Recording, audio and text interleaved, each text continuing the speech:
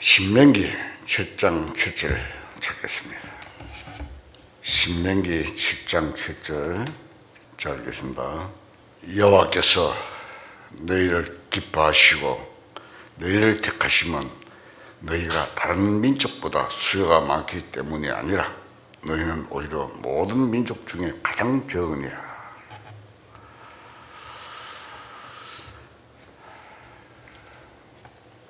우리가 하나님 앞에서 정직하신 예수님은 하나님 뜻을 이루려고 이 세상에 육체를 입고 오신 분이기 때문에 하나님 아버지의 뜻 앞에서는 좀도 흠이 없습니다. 예수님은 여러 가지 시련과 고난을 당하셨지만 철저하게 하나님 말씀을 준행하고 하나님 앞에서 조금도 거짓이 없었습니다. 그래서 주님의 기도가 하나님 앞에 상달될 수 있었습니다. 히브리서 4장 14절 보겠습니다.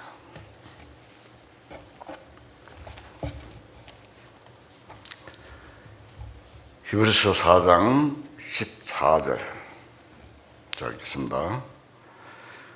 그러므로 우리에게 큰 대제사장이 계시니 성천하신 이 곧 하나님의 아들 예수시라. 우리가 믿는 도리를 굳게 잡을지어다. 우리에게 있는 대제사장은 우리의 연약함을 동정하지 못하시리가 아니요 모든 일에 우리와 똑같이 시험을 받으신 이로되 죄는 없으시니라. 그러므로 우리는 긍휼하심을 받고 때를 따라 돕는 은혜를 얻기 위하여 은혜의 보좌 앞에 담대히 나갈 것이니라. 우리가 대제사장이신 예수님과 관련이 없으면 사실 신앙생활을 할 수가 없습니다. 죄를 이기고 시련을 이기는 승리의 생활을 할 수 있는 것도 주님과의 관계에서 승리 생활을 할 수 있는 것입니다. 왜냐하면 주님이 우리를 위해서 기도하시는 그 기도의 응답에 의해서 우리가 신앙생활을 할 수 있기 때문입니다. 우리는 어떤 유혹과 시험을 받을 때 이길 힘이 사실 없습니다. 그렇기 때문에 유혹과 시험에 넘어갑니다. 그것이 우리의 연약성입니다. 여기 우리의 연약함을 동정하지 못하기가 아니요 라고 기록되어 있죠. 이 말씀처럼 우리가 약할 때 주님은 우리의 연약함에 동참해 주십니다. 우리 자신의 힘으로는 사탄의 유혹과 시험을 이길 수가 없기 때문입니다. 주님은 이미 우리 약점을 다 아시고 우리를 위해서 대제사장으로서 기도하시기 때문에 우리가 믿음으로 주님과 연결되어 있으면 사탄의 유혹과 시험을 이겨낼 수가 있는 것입니다. 예수님은 모든 일에 우리와 한결같이 시험을 받은 자로되 죄는 없으시다고 했습니다. 예수님께서 이 세상에 육신을 가지고 오셔서 시험을 받으신 것은 예수님이 죄가 없다는 것을 입증하기 위해서였습니다. 마태복음 4장에 보면은 예수님이 세 가지 시험을 받으셨는데 사탄이 아주 교묘한 질문을 했습니다. 마태복음 4장 3절을 찾겠습니다.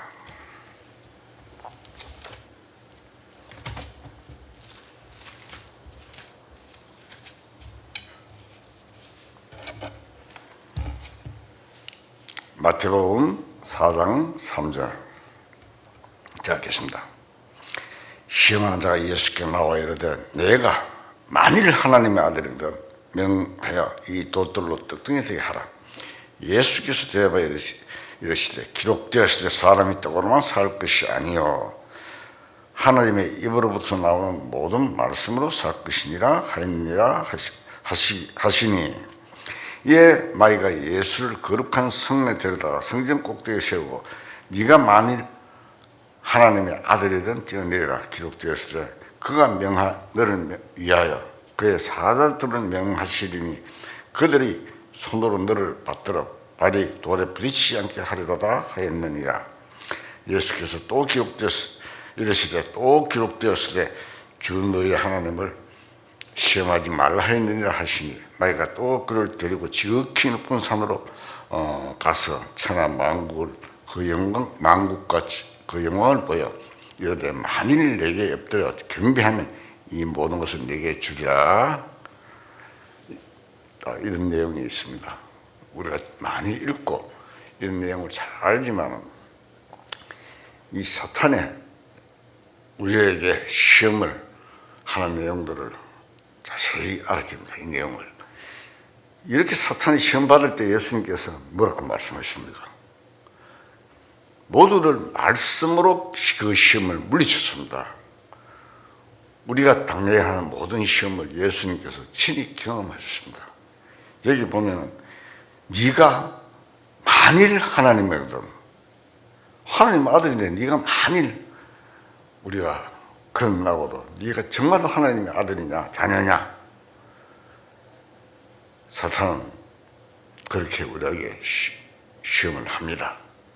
그러니까 그런 이런 내용을 보면서 우리가 비교를 자세히 해보면 좋습니다. 예수님은 죄가 없으기 때문에 우리를 도울 수 있는 것입니다.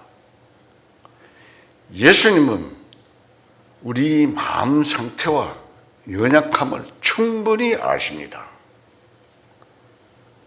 주님은 그 모든 시험 속에서 이기셨기 때문에 그 승리를 가지고 우리를 시험에서 통과시키고 이길 수 있도록 해 주시는 것입니다. 우리에게도 여러 가지 모양으로 많은 시험이 닥쳐옵니다. 시험은 반드시 두 가지 의미가 있습니다. 그중 한 가지 의미는 하나님의 자녀라는 증거를 나타내시는 하나님의 편의 목적입니다. 시험을 받더라도 하나님 자녀라는 믿음을 확실히 가진다면 그 시험을 물리치고 시험에 넘어가지 않는 것이 하나님의 자녀로서의 삶의 가치입니다. 반면에 사탄은 우리가 죄의 유혹에 넘어져 실망하고 하나님을 두려워하게 되는 상태로 이끌기 위해서 시험을 합니다. 자, 사탄에게 유혹에 죄에 넘어지면 어떻게 된다고요? 실망하고 낙심하고 하나님을 두려워하는 상태로 가게 됩니다. 사탄은 이걸 노리고 시험을 한다 이 말입니다. 우리가 읽은 히브리서 4장 16절에 보면 그러므로 우리는 긍휼하심을 받고 때를 따라 돕는 은혜를 얻기 위하여 은혜의 보좌 앞에 담대히 나갈 것이니라고 말씀대로 우리가 시험을 받을 그때가 바로 때를 따라 돕는 은혜를 받을 때입니다. 은혜가 항상 그 시험 뒤에 오고 난 뒤에 숨어 있습니다. 자세히 알아야 됩니다. 시련이 올 때 또 시험을 이기지 못하고 유혹에 넘어져 버리기 때문에 그 뒤에 오는 은혜는 어떻게 됩니까? 놓쳐버리고 많은 사람들이 많습니다. 이런 내용들을 자세하게 알고 우리 생활해가면서 적용을 해야 합니다. 우리에게 어떤 시험이 오고 어려움이 올 때, 내게 은혜를 주시기 위해서 기회가 오는구나, 이렇게 생각해야 합니다. 그냥 시험이 오면은, 어려움이 오면은 그냥 두렵고 낙심하고 또 시험에 빠지고 이렇습니다. 그래서 이런 시험이 올 때는 반드시 은혜가 내게 때를 따라 은혜를 주시기 위한 기회구나, 이런 생각을 해야 합니다. 시편 17편을 한번 봅시다.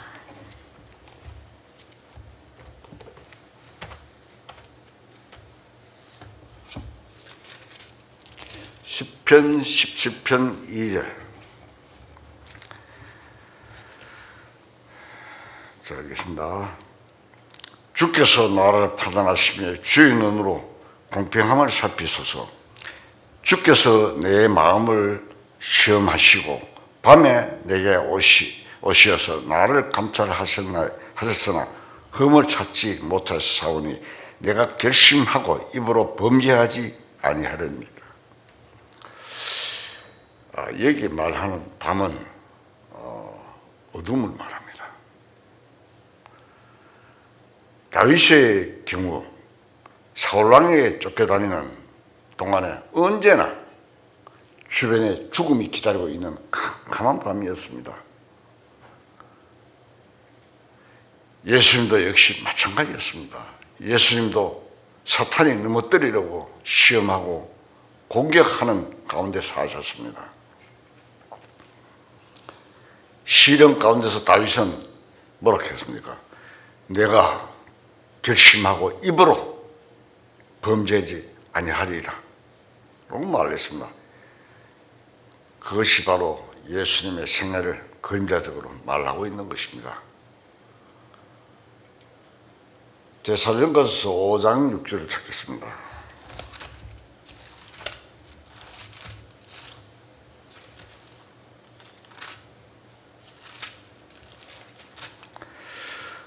데살로니가서 5장 6절 읽겠습니다. 그러므로 우리는 다른 이들과 같이 자지 말고 오직 깨어 정신을 차릴지라. 자는 자들은 밤에 자고 취하는 자들은 밤에 취하되 우리는 낮에 속하였으니 정신을 차리고 믿음과 사랑의 호경심을 붙이고 구원의 소망의 투구를 쓰라.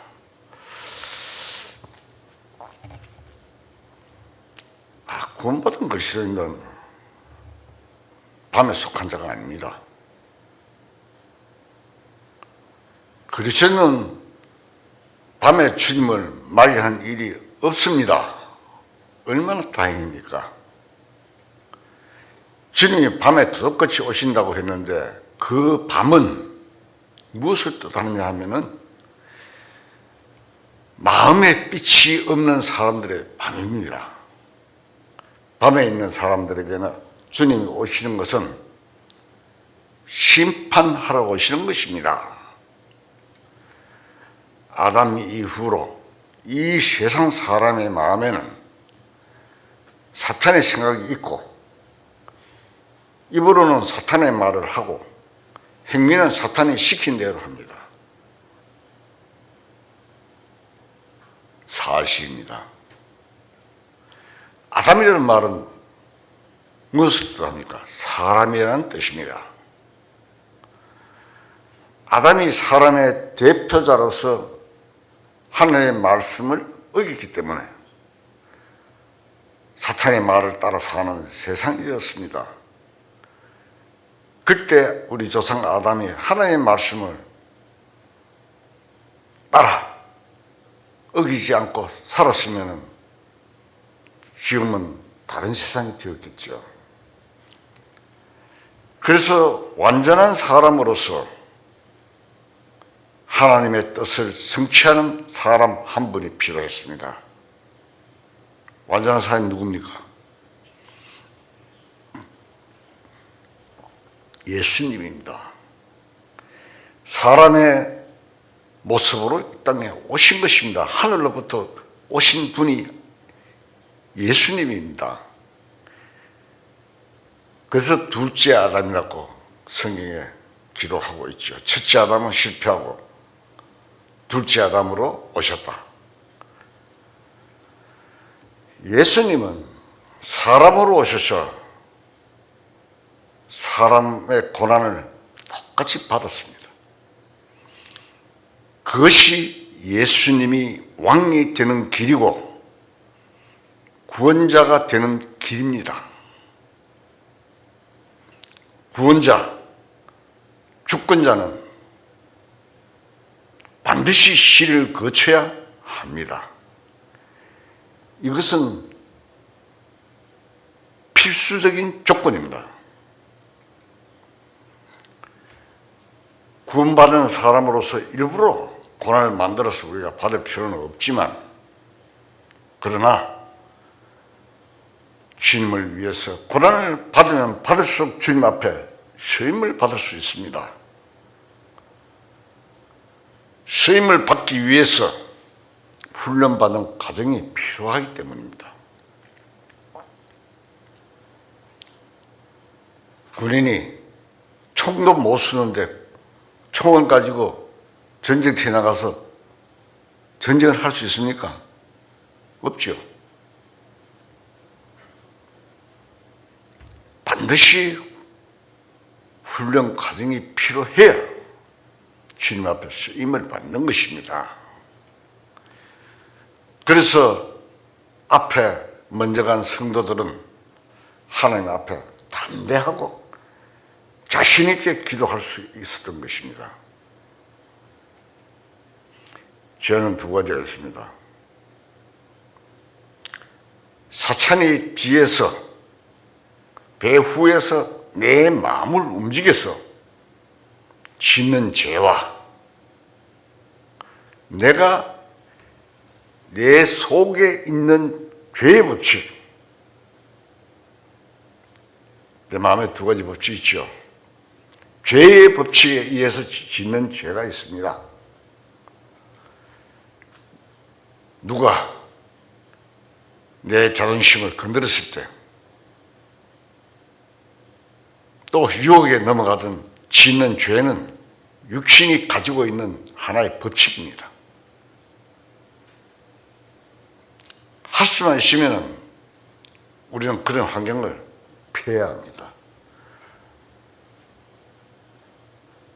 죄가 득실거리고 죄에 빠져 살 수밖에 없는 그런 환경은 피해야 된다, 이 말입니다.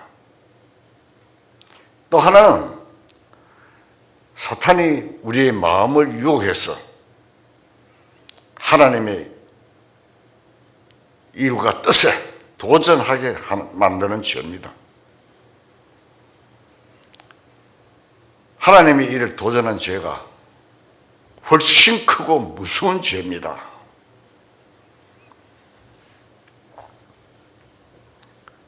이스라엘에 사울이 그런 죄를 지었습니다. 하나님의 일에 도전하고 뜻을 배반한, 뜻에 도전하는 죄. 사울이 왕을 기름을 받고 왕으로 지낼 때 죄들을 지었지요. 세네 가지가 큰 죄를 지었습니다. 그러나 다윗은 어떻게 했습니까? 우리의 아내를 통해서 지은 죄는 자기 안에 있는 죄성 때문에 나온 죄이고, 사울의 죄는 사탄에 의해서 하나님의 뜻을 도전한 죄입니다. 구분이 되죠.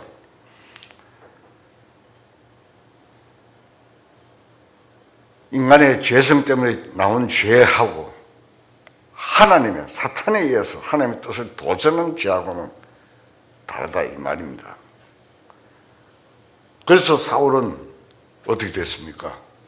버려졌습니다. 다윗은 버려지지 않고 왕위를 지키면서 끝까지 쓰임을 받았습니다. 현실적으로 보면 하나님 뜻이 어디 있습니까? 몸된 교회에 있지요. 몸된 교회를 통해서 하나님께서 일을 하시잖아요. 그래서 그 교회들을 회방하고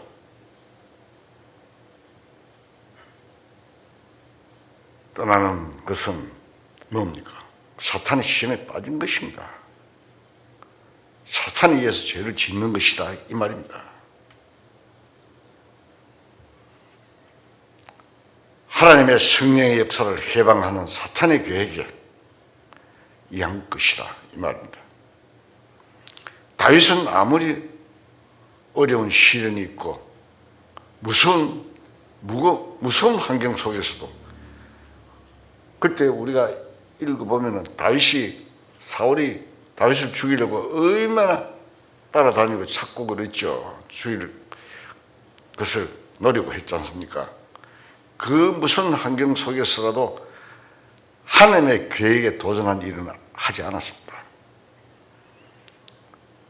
다윗이 굴 속에 자는 사울의 옷자락을 잘라도 죽이지 않았습니다. 왜?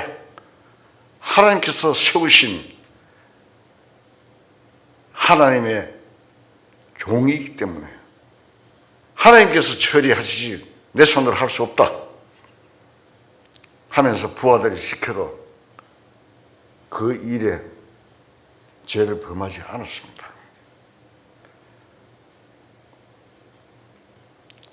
사탄이 계속적으로 부추겼지만 다윗은 굴복하지 않았던 것입니다. 욥기 23편 한번 봅시다. 욥기 3편 10절. 자, 읽겠습니다.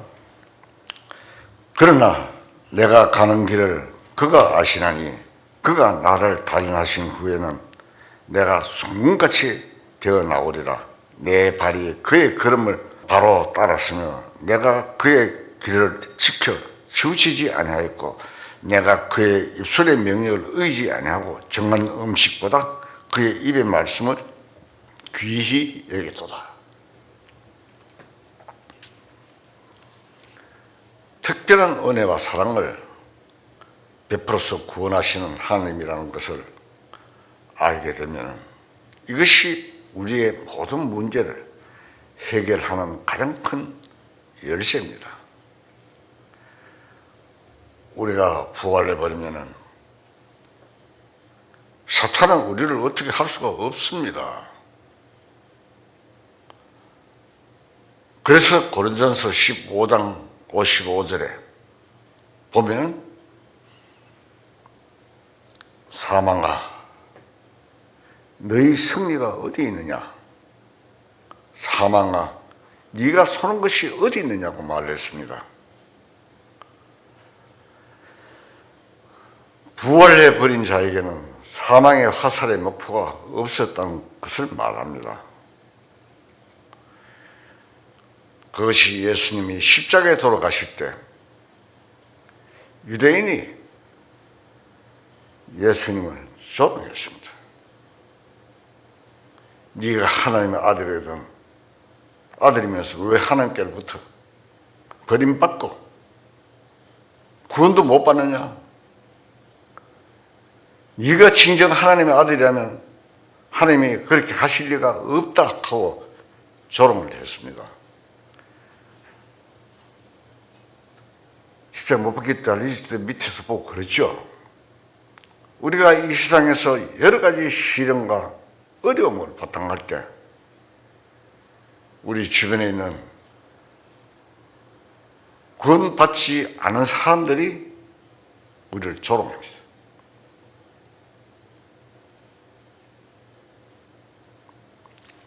마태복음 27장 39절 찾겠습니다.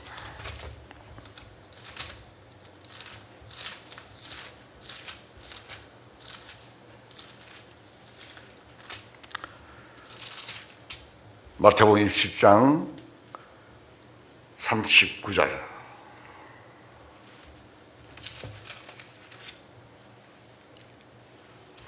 제가 읽겠습니다. 지나간 자들이 자기 머리를 흔들며 예수를 모욕하여 이르되 성전을 헐고 사례에 짓는 자여 네가 만일 하나님의 아들이거든 자기를 구원하고 십자가에 내려오라 하며 그와 같이 대세상들도 서기관들과 장로들과 함께 희롱하여 이르되 그가 남은 구원하여도 자기는 구원할 수 없도다. 그가 이스라엘 왕이로다. 지금 십자가에 내려올지어다. 그리하면 우리가 믿겠노라. 그가 하나님을 신뢰하니 하나님이 원하시면 이제 그를 구원하실지라. 그의 말이 나는 하나님의 아들이라 하였도다 하며 함께 십자가에 못 박힌 강도들도 이와 같이 욕하더라. 자, 그때 한번 상상을 한번 해보십시오.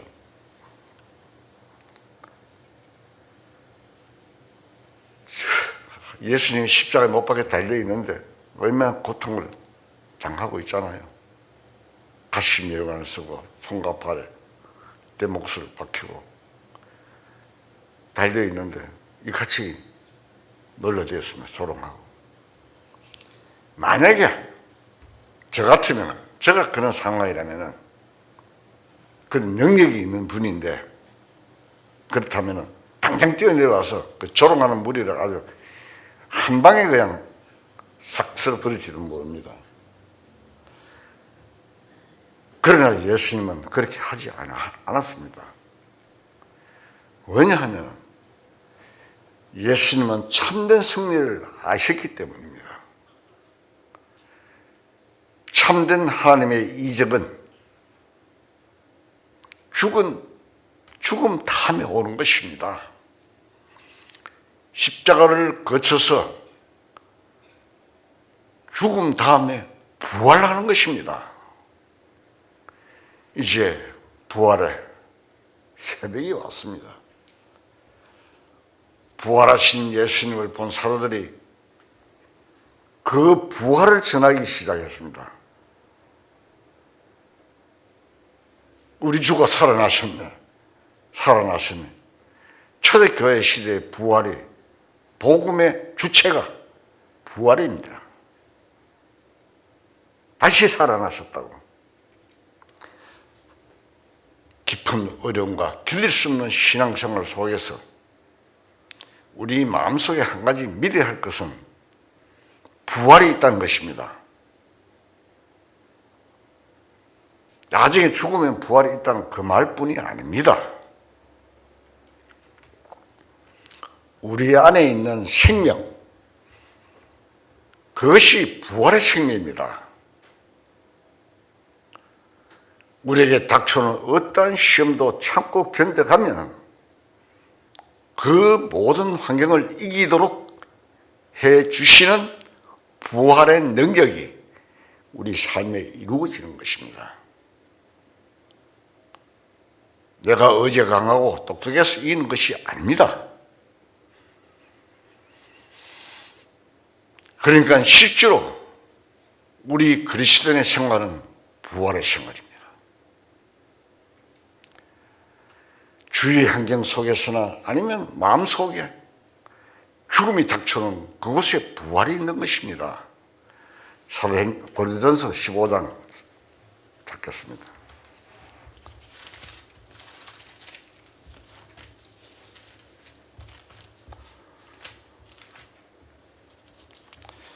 고린도전서 15장 31절. 제가 읽겠습니다. 형제들아, 내가 그리스도 예수 우리 주 안에 가진 바 너희에 대한 나의 자랑을 두고 단언하노니 나는 날마다 죽노라. 바울이 나는 날마다 죽노라고 한 말 속에는 날마다 부활이라는 뜻이 담겨 있습니다. 죽음이 없이 부활이 있습니까? 죽음 후에 부활이 있는 거잖아요. 다시 살아나는 거잖아요. 이런 일, 저런 일 닥치고 온갖 욕을 당하는 것이 죽음입니다. 그것을 우리가 믿음으로 대처하고 견뎌가면 필요껏 부활의 환경이 우리에게 찾아오는 것입니다. 그것이 바로 그리스도인들의 신앙생활이며 하나님의 귀한 은혜입니다. 그것은 이 세상이 알 수가 없습니다. 이 세상 사람들은 꿈에도 생각하지 못하고 보지도 못하고 알지도 못하는 귀한 것입니다. 하나님의 것입니다.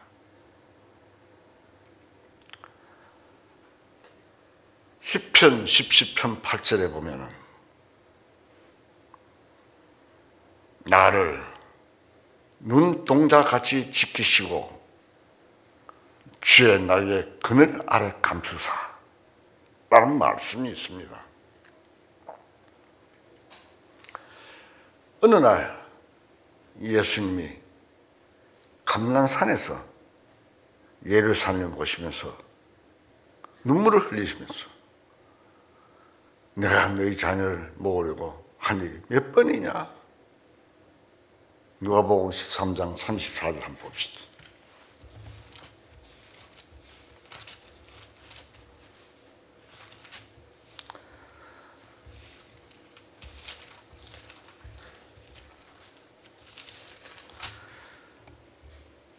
누가복음 13장 34절 읽겠습니다. 예루살렘아 예루살렘아 선지자들을 죽이고 네게 파송된 자들을 돌로 치는 자여 앞다리에 제 새끼를 날개 아래 문같이 내가 너희의 자녀를 먹으려고 한 일이 몇 번이느냐? 그러나 너희가 원하지 아니하였도다.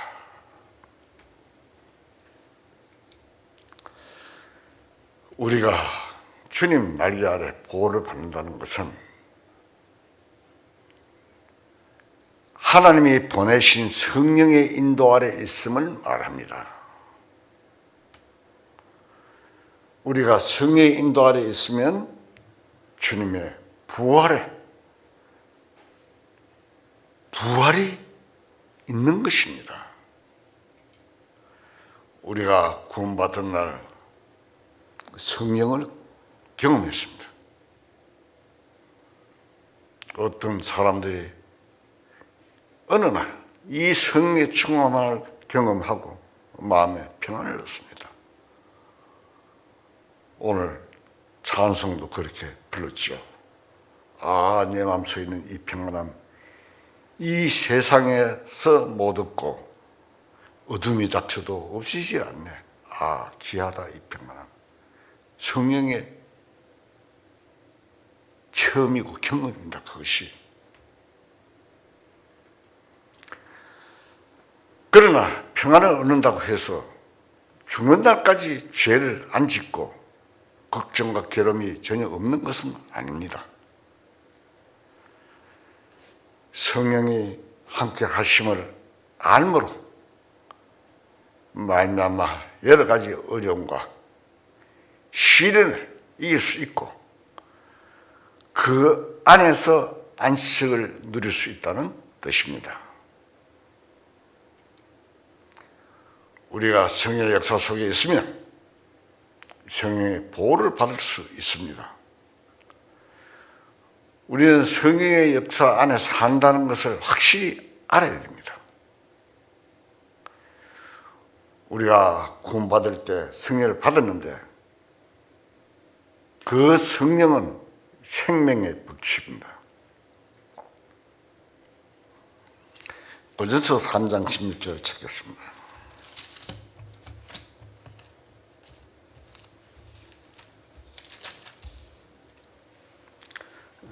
제가 읽겠습니다. 너희가 하나님의 성전인 것과 하나님의 성령이 너희 안에 계시는 것을 알지 못하느냐? 사도 바울은 말을 했습니다. 그 성령이 언제 왔습니까? 오순절에 오셨고 그 후에 교회가 세워졌습니다. 교회는 성령이 계시는 곳이다 이 말입니다. 그건 나타나요. 너희가 하나님의 성전인 것과 하나님의 성령이 너희 안에 계신 것을 알지 못하느냐? 바울이 간절한 마음으로 이야기를 합니다. 성령에 오시면 두 가지 역사가 있습니다. 구원받는 복음이 전해지고 또 구원의 역사가 일어나고 또 서로 참으로 돌아보면 사랑하게 되는 것입니다. 그래서 사도행전 2장에 보면은 처음 성령이 오실 때 굉장히 했죠. 성령이 오실 때 서로 나눠주고 하는 일들이 벌어지기 시작했잖아요. 그걸 통용이라고 하는데 그런 일들이 벌어졌죠. 성령의 사랑으로 서로 연결되고 주님의 몸이 형성되는 것입니다. 그렇다면 교회 성령이 계시면 그 두 가지 역사가 병행됩니다. 구원받은 역사와 그 다음에 성도가 서로 사랑하는 역사가 있어야 됩니다. 우리가 이 사실을 알고 성령이 계시는 그 안에 있어야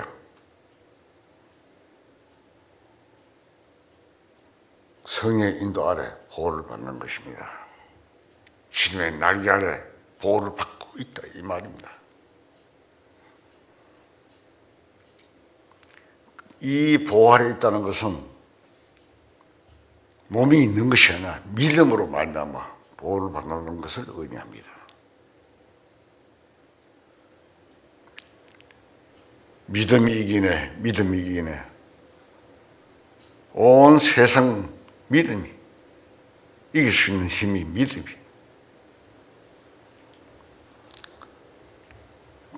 베드로전서 1장 5절을 찾겠습니다.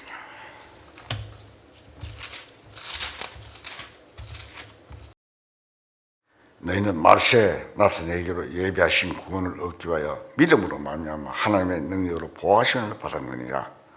그러므로 너희가 이제 여러 가지 시험으로 말미암아 잠깐 근심하게 되지 않을 수 없으나 오히려 크게 기뻐하는도다.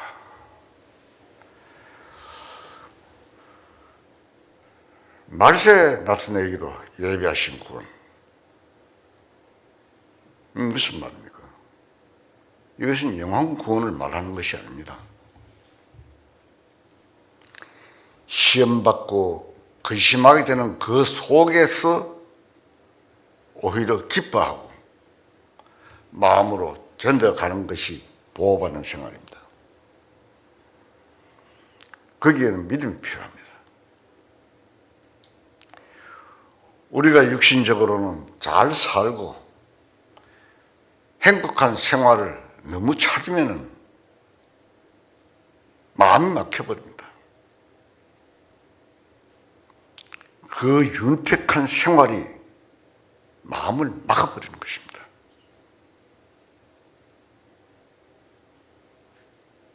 예수님 없어도 우리는 구원받을 수 있다 이런 말이 나옵니다. 미국의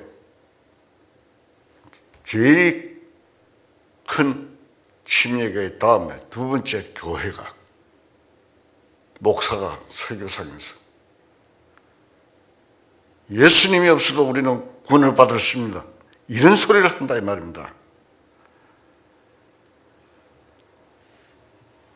마음이 막힌 사람입니다.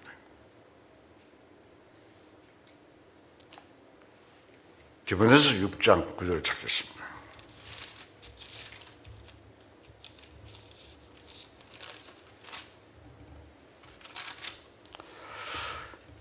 디모데전서 6장 9절 적겠습니다. 부하려 하는 자들은 시험과 올무와 여러 가지 어리석고 해로운 욕심에 떨어지나니 곧 사람으로 파멸과 멸망에 빠지게 하는 것이다. 돈을 사랑함이 일만하게 뿌리가 되나니 이것을 탐낸 자들은 미혹을 받아 믿음에서 떠나 많은 그 힘으로 자기가 지르도다.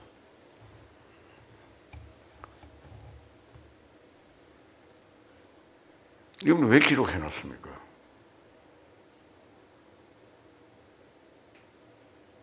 우리가 이런 사실을 알아야 된다. 돈을 사는 것이 결국 어떻게 된다고 해놨습니까?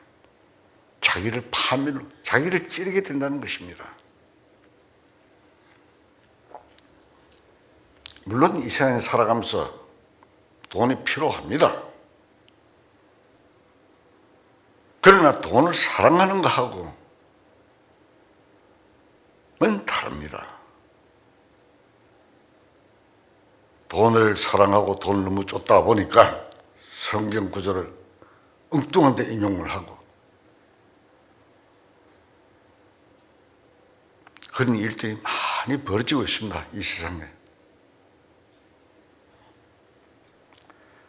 우리의 생활에서 어떻게 하면 주님께 영광을 돌리고 또 주님 위해서 살 수 있을까? 주님의 일에 공헌할 수 있을까? 하는 생각으로 살아야 됩니다. 그렇지 않고 육신의 정욕대로 살면 어떻게 됩니까? 엄청난 손해를 봅니다. 내가 알고 있는 어떤 사람들이 보면 엄청난 부를 해놓고 자기 정욕대로 계속 하다가 망하는 걸 주변에서 많이 봅니다. 일반 세상 사람들이야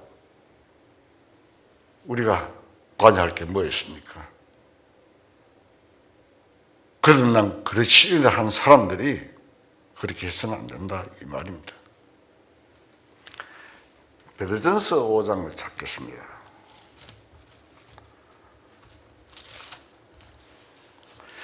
베드로전서 5장 8절 자 읽겠습니다. 근신하라 깨어라 너희 대적 마귀가 우는 사자같이 두루 다니며 삼킬 자를 찾아니 너희는 믿음을 굳건하게 하여 그를 대적하라. 이는 세상에 있는 너희 형제들도 동일한 고난을 당하는 줄을 압니다. 이거 우리가 읽어보면 이제 그런 내용이 나오죠. 마귀들이 우는 사자같이, 우는 사자가 뭡니까? 굶주린 사자입니다. 산길차를 두루 찾는다고 했습니다. 마귀들이 사자같이, 굶주린 사자같이. 우리 주변에는 항상 사탄이 우리를 주목하고 있습니다. 왜? 세상 사람들은 자기 쪽이니까 주목할 필요 없죠. 우리는 하나님의 자녀이기 때문에 우리를 주목하고 있습니다.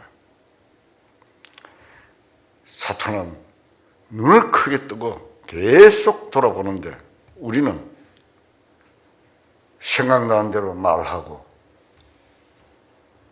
갈 때 못 갈 때 함부로 다닙니다. 얼마나 위험한지 모릅니다. 그러다가 유혹받아 죄도 짓고 원망도 하고 괴로워하기도 합니다. 자기 잘못이라고 하나님 원망한다. 이런 어처구니 없는 일이 있을 수가 있습니까? 그때가 주님이 안 계시는 것이 아닙니다. 우리가 믿음만 가지면 모든 것을 이기신 주님과 함께 하시고 성령의 인도 아래 있기 때문에 문제가 없습니다. 반드시 해답이 있습니다.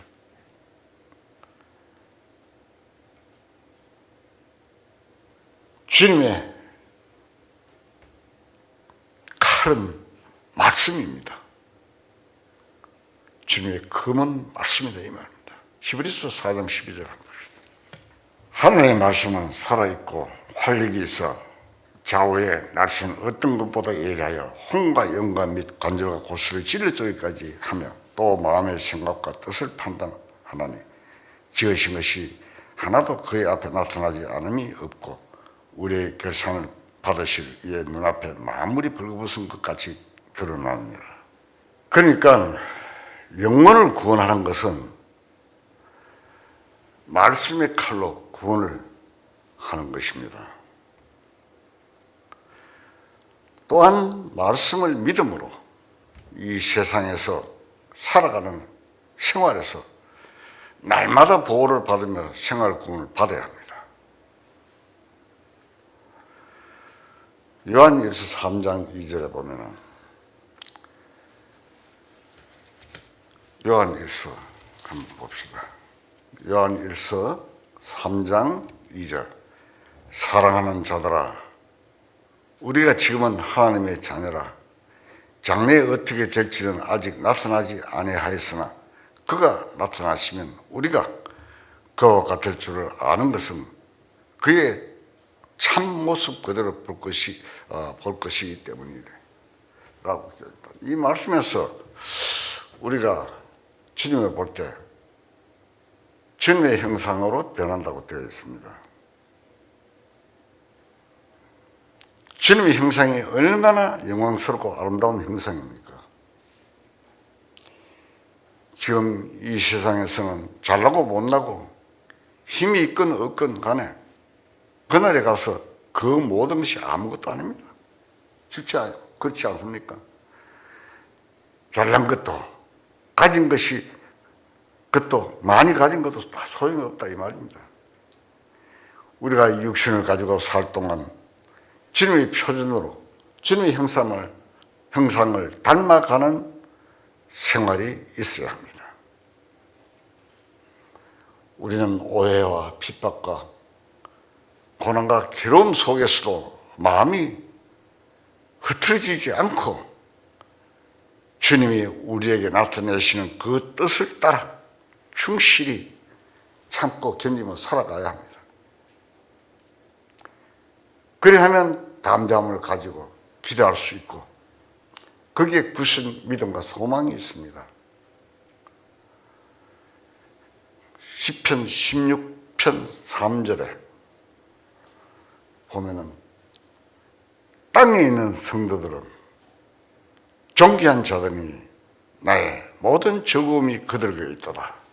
사람들은 시간과 공간의 제약이 있지만 하나님은 시간과 공간의 제약이 없습니다.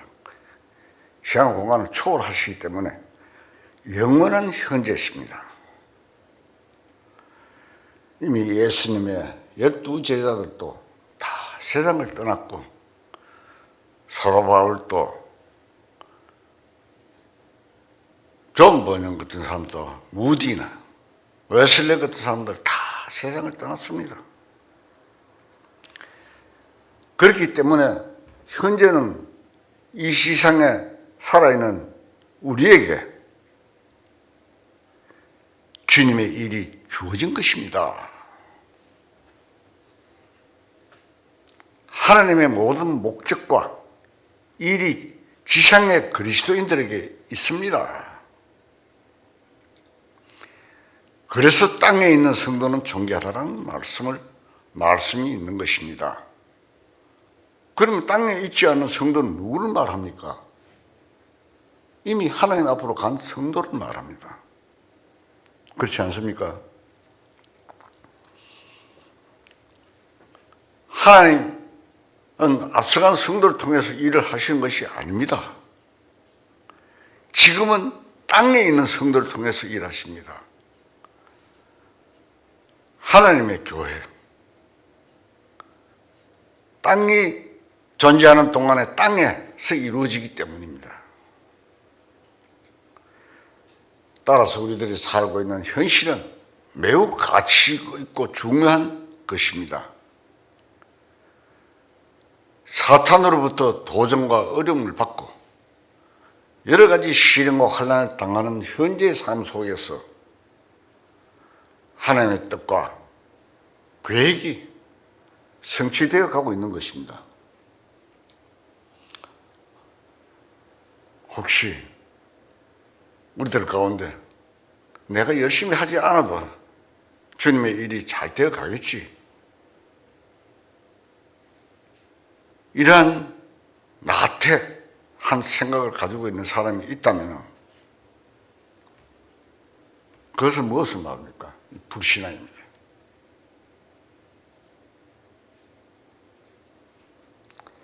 주님의 일이 되어가는 과정에 함께 참여하는 것은 참 가치 있고 중요한 일입니다.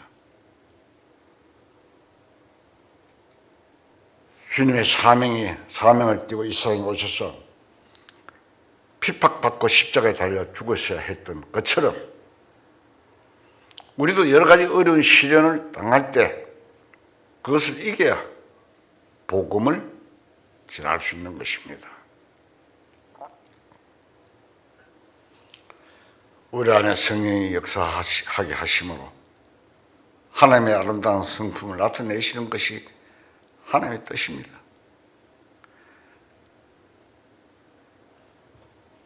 그것이 교회가 세워진 의미라고 볼 수가 있습니다. 우리가 현재 이 세상에 살고 있는 삶은 너무도 중요하고 귀한 것입니다. 우리가 어떻게 살든 일단 죽으면 하나님을 위해서 사는 생활이 끝납니다. 죽은 자에게는 일이 없습니다. 죽은 자는 어디 됩니까? 그 다음에 쉬는 것입니다. 쉬는 생활입니다. 계시록에 그런 내용이 나오지요. 그리스도 안에 죽은 자들이 복이 되다. 이제는 모든 것을 쉰다. 살아있는 동안까지는 주님의 일을 나타낼 수 있는 일이 있습니다. 신명기 7장 6절 보겠습니다. 제가 읽겠습니다. 너는 여호와 너희 하나님의 성민이라. 내 하나님 여호와께서 지상 만민 중에 너를 자기 기업의 백성으로 택하셨나니 여호와께서 너희를 기뻐하시며 너희를 택하시면 너희의 다른 민족보다 수혜가 많기 때문이 아니라 너희는 오히려 모든 민족 중에 가장 적으리라. 여호와께서 다만 너희를 사랑하심으로 말미암아 또는 너희 조상들에게 하신 맹세를 지키려 하심으로 말미암아 자기의 권능의 손으로 너희를 인도하여 내 시대 너희를 거종이 되었던 집에서 애굽 왕 바로의 손에서 속량하셨나니 그런즉 너는 알라. 오직 내 하나님 여호와는 하나님이시요 신실하신 하나님이시라. 그를 사랑하고 그의 계명을 지키는 자에게는 천대까지 그의 언약을 이행하시며 인애를 베푸시되. 이 말씀은 이스라엘 민족에 대한 말씀인데 사실 우리에게도 해당됩니다. 지상 만민 중에서 우리를 하나님의 백성으로 뽑아주셨고 그리스도 안에서 택해 주셨습니다. 그 당시 이스라엘 민족 수가 많지 않았습니다. 애굽에 있을 때 70인이 들어가서 장정 600만, 한 200만쯤 되는 거죠. 300만. 이 되어 나왔습니다. 수가 많다고 택한 것이 아니라 오히려 사람의 수가 적습니다. 이런 말씀을 통해서 보면 많은 사람이 숫자가 많아야 교회가 왕성하고 하나님의 일이 더 잘 될 것처럼 생각하지만 그렇지 않습니다. 누가복음 12장 32절 한번 봅시다.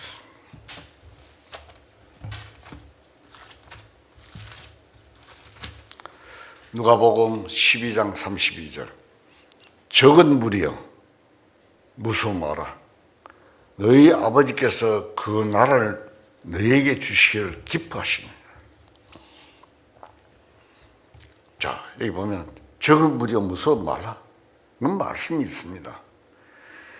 적은 숫자가 하나님 앞에 택해졌고 하나님의 백성으로 등장했다는 것은 참으로 다양하고 감사한 일입니다. 예수님 당시에도 수많은 사람이 있었지만 예수님을 진정으로 믿고 따르는 사람은 많지 않았던 것 같습니다. 그 기록 속에 나오죠. 예수님 계실 때 많은 사람이 오는 것이 떡을 먹고 배부른 연고라, 그런 기록이 있습니다.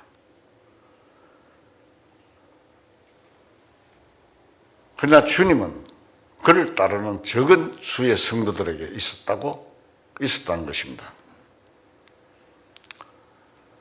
우리 아버지 하나님은 우리가 활동하고 신앙생활하는 이 삶에 대해 적음을 가지고 계십니다. 예수님이 십자가에 돌아가실 때 지성소와 성소 사이에 휘장이 찢어졌습니다. 1년에 한 번씩 대제사장이 염소나 소의 피를 가지고 지성소에 들어갑니다. 평소에는 성소에 불을 밝히고 떡을 가져다 놓고 향불을 피웠습니다.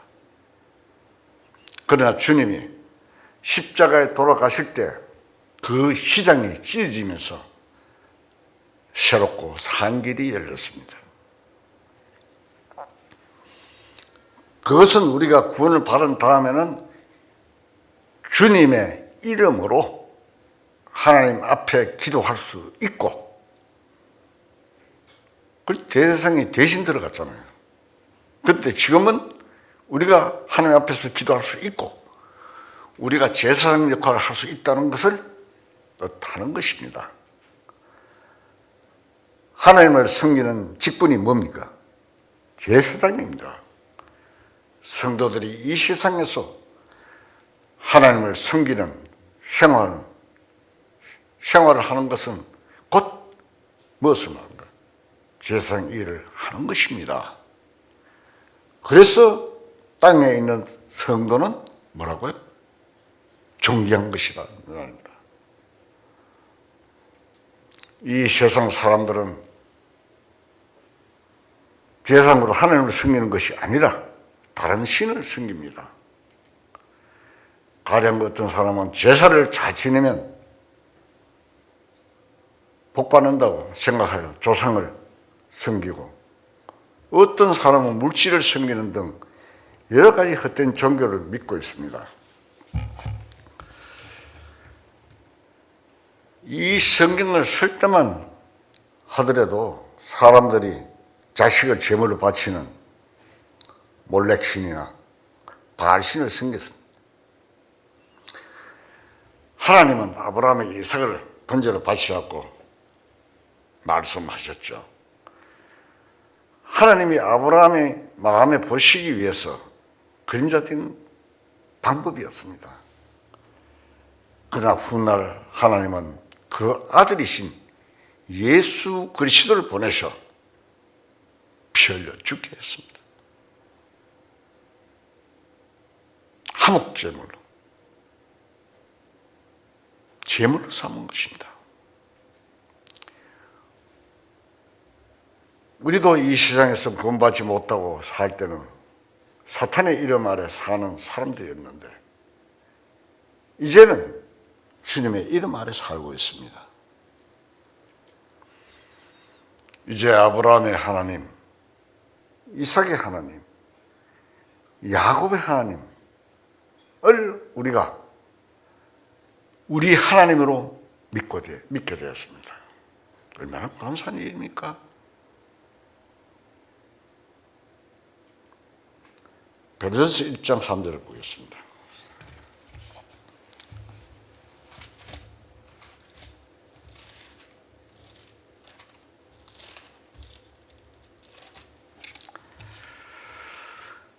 베드로서 1장 3절. 우리 주 예수 그리스도의 아버지 하나님을 찬송하리로다. 그의 많으신 긍휼대로 예수 그리스도를 죽은 자 가운데서 부활하게 하심으로 말미암아 우리를 거듭나게 하사 산 소망이 있게 하시며,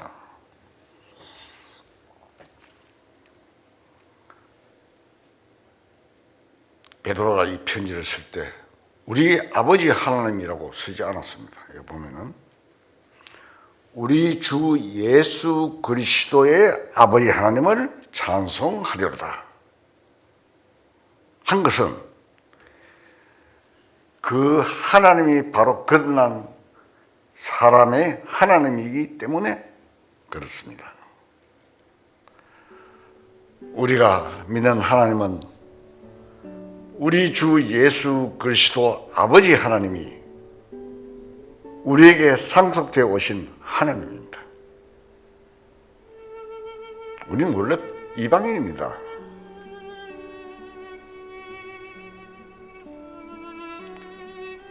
세상 사람들이 영광스럽다고 하는 것은 결국은 부끄럽고 썩어지는 땅의 일에 불과한 것입니다.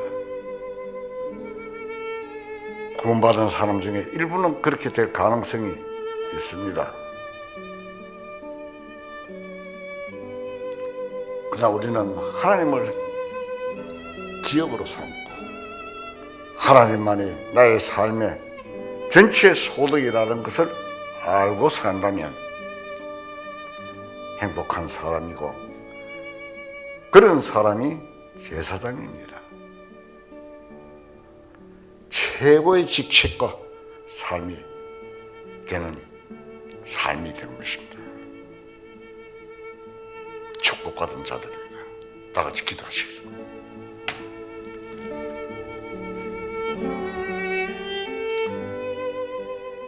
찬송과 영광 받으시기에 지극히 합당하시고 거룩하시고 전능하신 하나님 아버지, 주신 말씀을 깨달을 수 있게 도와주신 하나님께 감사와 찬송을 드립니다. 땅에 있는 자를 존귀하다고 하여 주신 말씀대로 하나님의 뜻과 일에 쓰임을 받는 무리들이 될 수 있게 하여 주시옵소서. 이제 세상에 나아가서도 굴때는 삶과 그리스도로서의 올바른 신앙생활을 할 수 있게 도와주시옵소서. 모든 말씀 우리 주 예수 그리스도 이름으로 감사하며 기도드리옵나이다. 아멘.